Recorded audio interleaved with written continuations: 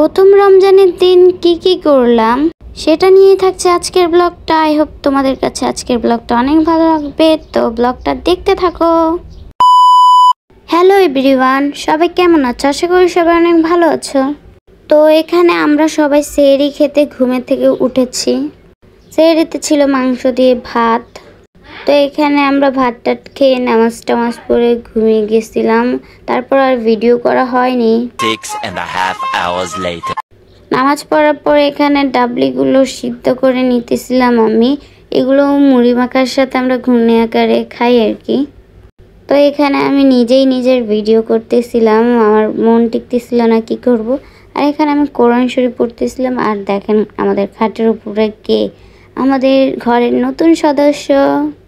তো একটু পরে দেখলাম বুটগুলো সিদ্ধ হয়ে গেছে।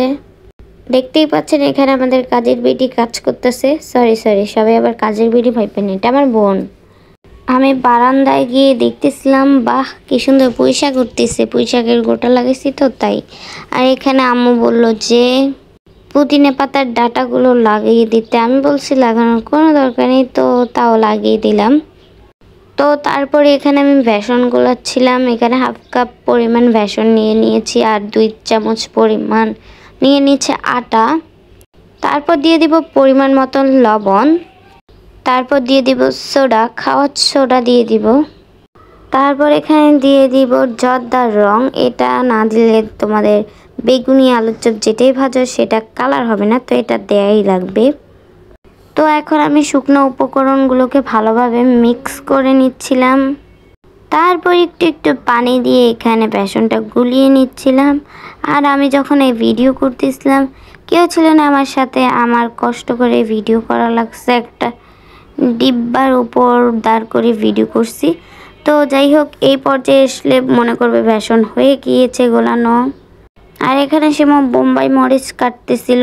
ওই দিন মুড়ি মাখা কি জানি হয়েছে, এত পরিমাণ ঝাল দিছে আমার চোখ দিয়ে পানি বের হয়ে গেছে। তো এখানে আলুর চপ বানানোর জন্য আলুটাকে ম্যাশ করে নিছি। নামাজ পড়ে আলুর চপ বানানোর প্রিপারেশন নিছি আর কি।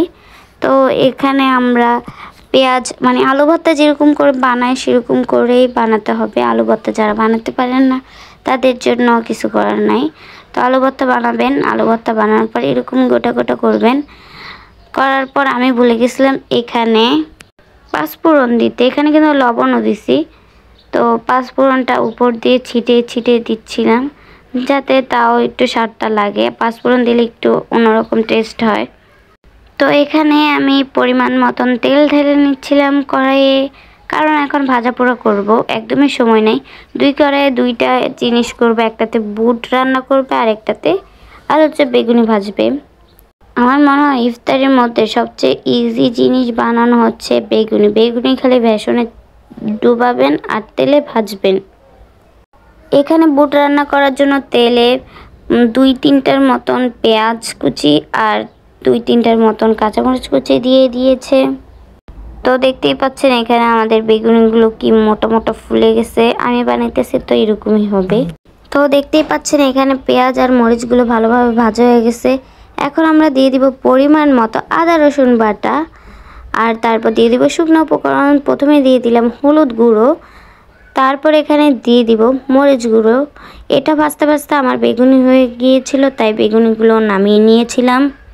তারপরে দিতে হবে স্বাদ মতো নুন দিয়ে যেই ছোলা বুটগুলো সিদ্ধ করা আছে ওগুলো দিয়ে দিবেন। আর 2-3টা আলু দিয়ে দিবেন, ছোট সাইজের 2-3টা আলু দিয়ে দিবেন। আলু দিলে এটার টেস্ট অনেক অসাধারণ হয়, তাই আলু দিতেই হবে। তো দেখতেই পাচ্ছেন এগুলো নাড়াচাড়া করার পর এখানে দিয়ে দিল পানি দিয়ে কষিয়ে যখন পানিটা কমে যাবে তখনই এগুলো নামিয়ে ফেলতে হবে।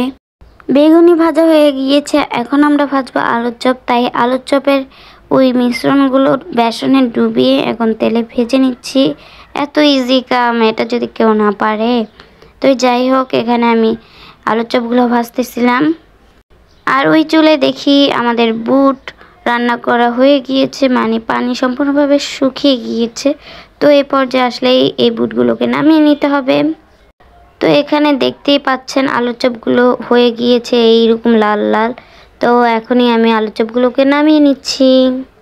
ভিডিও করতে করতে আমার আজান দিয়ে দিয়েছিল, তাই তাড়াতাড়ি করে এখানে মুড়ি মাখতেছিলাম।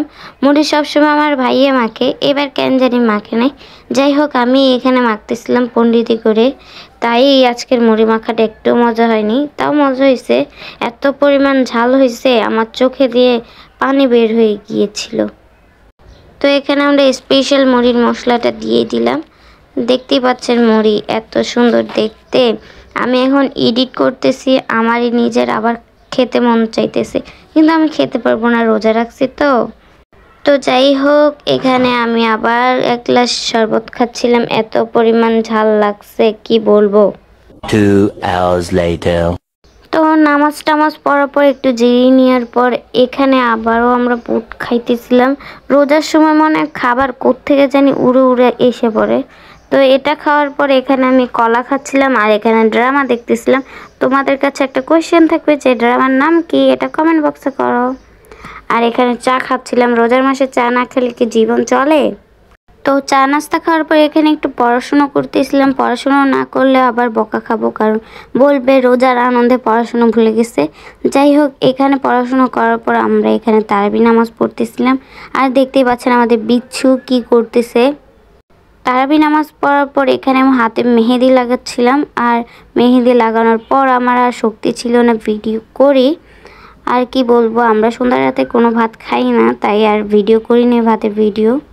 দেখতেই পাচ্ছেন এখানে সবাই ঘুমিয়ে গেছে আর খালি আমিই জাগনা। তো যাই হোক, আমিও এখন ঘুমিয়ে যাব। তো আজকের ভিডিওটা যদি তোমাদের কাছে ভালো লাগে তাহলে লাইক কমেন্ট শেয়ার করতে একদম ভুলবেন না, আর আমার ইউটিউব চ্যানেলটাকে সাবস্ক্রাইব করে পাশে থাকতে একদম ভুলবেন না। Thanks for watching.